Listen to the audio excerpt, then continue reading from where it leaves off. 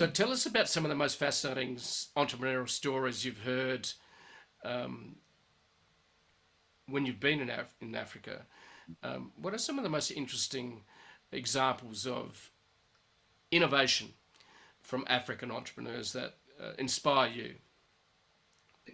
Yeah, so I mean, obviously about the drones that I've always heard about a company called Zipline, which was based in Africa, and I was speaking to the commercial director just last week at a conference in London, um, and I found it fascinating that somebody could even think of using a drone, to fly vaccines.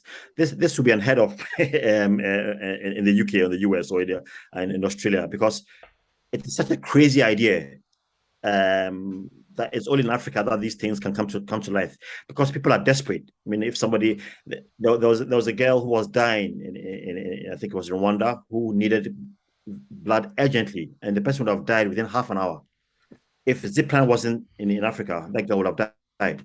And to be able to think of a way to fly vaccines or much needed medical medicines, or Like, from one place to the other in half an hour with an unmanned drone is crazy. The fact that somebody who sells coconuts can access the stock markets on his phone from the top of a tree, and sell coconuts. I mean, there's this guy who does coconuts and sell coconuts, and he's able to access them like, yeah, from his 3G phone on the top of a tree, and he's cutting off coconuts off trees and selling it with his mobile phone.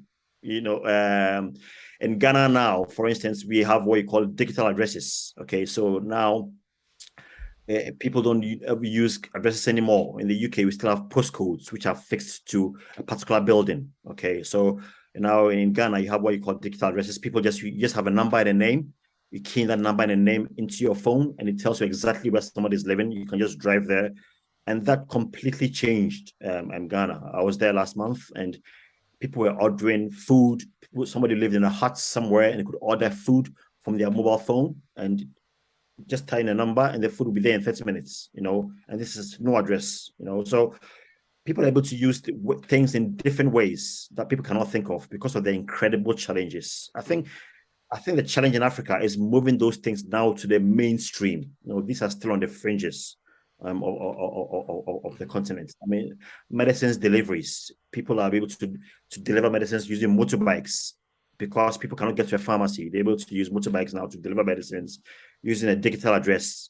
And wherever you are in Accra, which is the capital of Ghana, you can have your address, your medicine delivered to you in half an hour.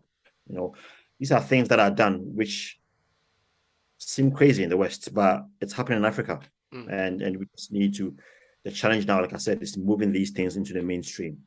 I mean, there are a few companies that have achieved that. There's a company called Flutterwave in Africa now that deals with fintech and mobile phone payments.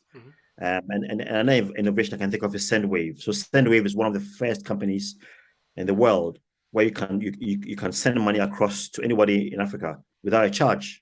Okay, so I sent money to my sister last month using Sendwave, no charge.